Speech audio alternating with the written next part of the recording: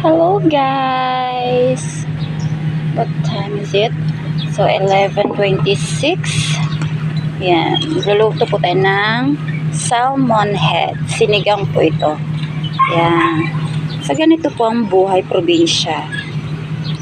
Dito tayo magluto sa sa labas kasi may mga kahoy na po, cherries.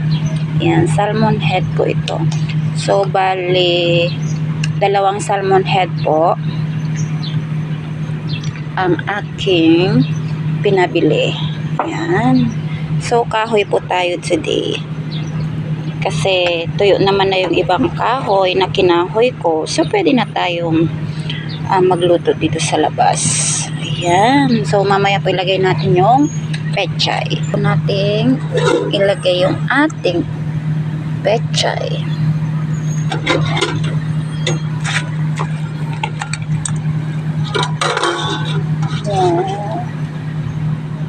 Okay.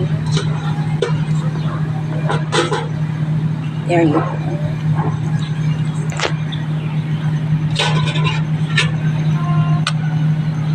Press natin para maluto siya.